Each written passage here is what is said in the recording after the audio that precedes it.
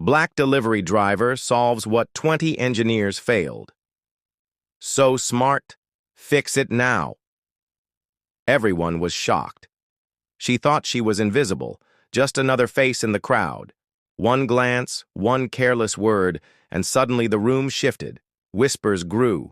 Louder, laughter cut sharper, and every eye felt like it was piercing her. What started as an ordinary day turned into a moment that could shatter everything she believed about fairness, safety, and respect. No one expected what happened next, but it would change not only her life, but the way everyone in that room saw her forever. How do you stand tall when the world is determined to knock you down?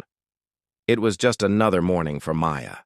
She woke early, brewed her coffee, and checked her delivery schedule, ready to face the day like she always did. The streets were quiet, the city slowly stirring, and she moved with the calm efficiency that came from years of routine. Her deliveries were never glamorous, but they paid the bills and kept her family afloat. Still, beneath the rhythm of her ordinary day, there was always a faint awareness, one she could never quite shake, that people didn't always see her the way she deserved. That subtle tension was about to explode in a way she could never imagine. The morning had been smooth, too smooth. Maya loaded the last package into her van, double-checking the address. It was a delivery to a tech company across town, one she'd visited before.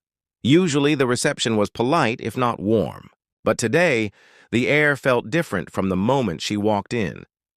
A cluster of engineers stood in the lobby, voices sharp, eyes darting toward a large machine tucked in the corner. Its lights blinked erratically, metal panels hanging open like a wound. Maya barely glanced at it. Her job was to drop off a package, not to wonder why a crowd looked like they were on the verge of panic. She approached the desk, package in hand, but before she could speak, a man in a crisp suit cut her off. "Delivery goes in the back," he said, his tone clipped, his eyes already moving past her. She explained that the package was urgent, that the recipient had requested it be handed directly to the floor manager. But the man's gaze lingered. First, on her uniform, then on her face, before he gave a dismissive wave. "Back door, now." As she turned to leave, she caught snippets of the engineer's conversation. "We've tried everything. 2 days and still nothing. If this doesn't work, we're finished." There was an edge of desperation in their voices. One glance at the open machine told her it wasn't just broken, it was paralyzed. At the loading bay, she found the floor manager, a wiry man whose eyes seemed to assess her in a single second. He signed for the package with barely a word, but as he fumbled with the tape, a tiny piece inside the box rolled free and hit the floor with a metallic ping. Maya instinctively caught it before it skittered away. She froze. She knew this part. It was the same type of coupling she'd seen her uncle use when fixing heavy machinery back home. She could almost hear his voice teaching her which grooves lined up where and how the slightest misalignment could cripple an entire system.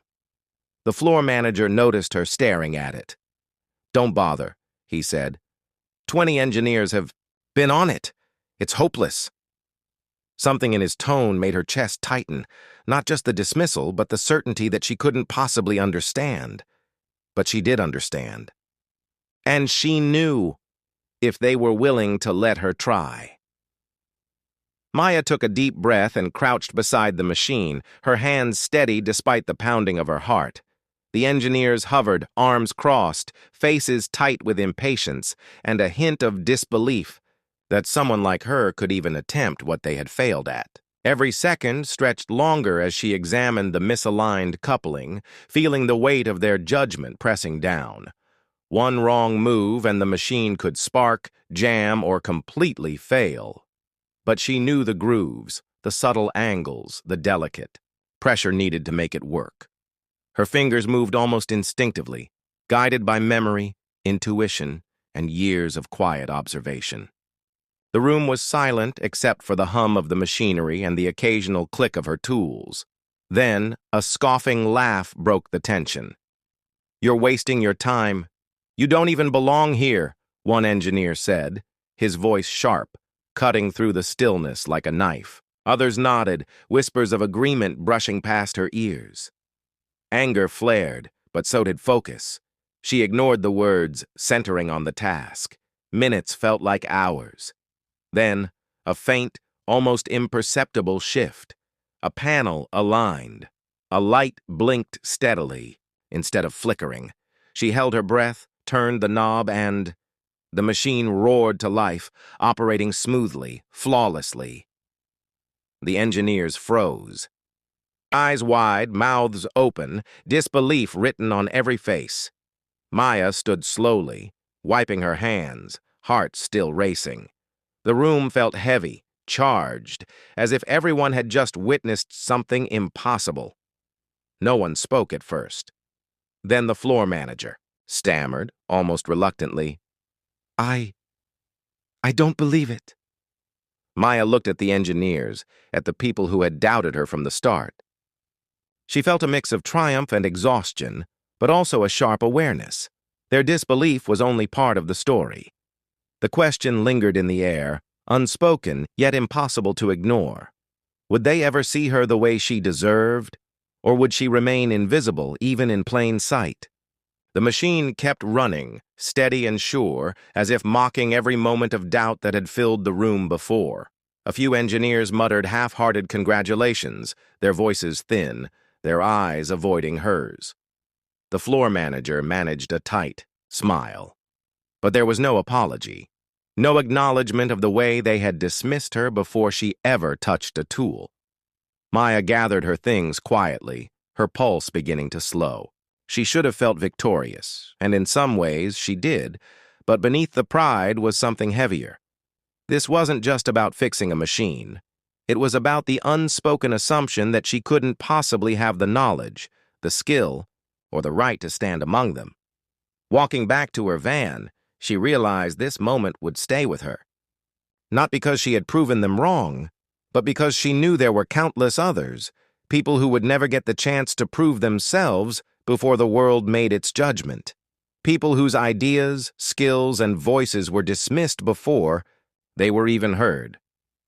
In that room, Maya had changed something.